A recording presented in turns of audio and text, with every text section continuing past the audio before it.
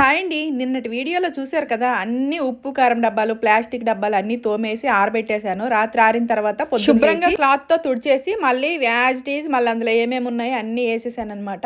ఆ రోజు మా చిన్న పాప మా పెద్ద పాప కొంచెం హెల్ప్ చేశారు, ఇంట్లోనే ఉన్నారు. మా చిన్న పాప పెద్ద పాప ఇంకా సెల్ఫ్లో సామాన్లన్నీ ఖాళీ చేసేసి ఆ సామాన్లన్నీ వచ్చి ఇంకా సింక్లో వేస్తే నేను అన్నీ తోమేసిన తర్వాత మళ్ళీ అవి తీసుకెళ్ళి ఎండలో ఆరబెట్టారు. చక్కగా బయట పెద్ద మంచం ఉందనమాట. ఆ మంచం నిండా చూస్తే మా సామాన్లే అన్నీ మళ్ళీ తీసుకొచ్చేసి ఇంకా నీట్గా అన్ని మంచిగా చక్కబెట్టేశాను. ఒక సైడ్ స్టీల్ సామాన్లు అన్ని చక్కగా మంచిగా ఆరిపోయేవి. అవన్నీ ఆరిన తర్వాత తీసుకొచ్చేసి మంచిగా ఎక్కడ ఏ సామాన్లు ఉన్నాయి అన్ని పెట్టేశాను అనమాట, బట్టతో తుడిచేసి. నెక్స్ట్ పెద్ద పెద్ద ప్లాస్టిక్ సామాన్లు ఉన్నాయి కదా, అవన్నీ ఇంకా చక్కగా బట్టతో తుడిచేశాను. లేదంటే పిండి బియ్యము అందులో పోస్తాం కదా, అవి పురుగులు వచ్చేస్తాయి పచ్చి మీద వేసి. ప్లాస్టిక్ సామాన్లు కూడా మంచిగా ఎండకు బాగా ఆరాయి. ఆరిన తర్వాత అన్ని పప్పులు ఉప్పులు అన్ని వేసేసిన తర్వాత ఇవన్నీ చూసారు కదా, ఇవి ఇటు సైడ్ ఉన్నవన్నీ ఇంకా పప్పులు డ్రై ఫ్రూట్స్ అన్ని ఉంటాయి. ఆ చివరి ఏంటంటే పూజకు సంబంధించిన సామాన్లు ఉంటాయి. నెయ్యి, పటిక బందార, ఇలాచి, రవ్వ కేసరి చేయడానికి రవ్వ, చక్కెర అన్ని పూజకు సంబంధించిన సామాన్లే ఉంటాయి. ఈ పెద్ద సెల్ఫ్ లో వచ్చేసి పెద్ద పెద్ద డబ్బాల్లో గోధుమ పిండి, మ్యాగీ ప్యాకెట్, అప్పడాలు, వడియాలు, ఇంకా రవ్వ అవన్నీ ఉంటాయి అనమాట. ఒక సైడ్ వచ్చేసి ఇంక ఈ సైడ్ వచ్చేసి స్టీల్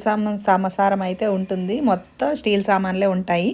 ఇంక ఇవన్నీ ఇవే అనుకోకండి, పైన అయితే ఉన్నాయి. ఆ పైన అన్ని తోమలేదనమాట. మొన్నే పూజ పెట్టేటప్పుడు ఇంకా తోమాం కాబట్టి ఇంకా అవన్నీ దించలేదు. ఇంక ఇవన్నీ తోమేసి పెట్టేశాం కదా, ఇంకా చక్కగా ఇంకా సర్ఫ్ నీళ్ళతో కబోర్డ్లు అన్నీ తుడాలి. హాలు, బెడ్రూమ్లు 1 గంట 2 గంటల్లో పని అయిపోతుంది, కానీ కిచెన్ అనేది అవ్వదనమాట. చాలా టైం పట్టేస్తుంది. టైం పట్టినా 1-2 సార్లు చక్కగా పేర్చుకోవడం అనేది చాలా ఇష్టం అనమాట. నీట్ గా సర్దేశాను. కిచెన్ పని అయితే అయిపోయింది. సో వీడియో నచ్చినట్టయితే లైక్ చేసి, షేర్ చేసి, సబ్స్క్రైబ్ చేసుకోండి. మళ్ళీ నెక్స్ట్ వీడియోలో మళ్ళీ కలుసుకుందాం. Bye bye.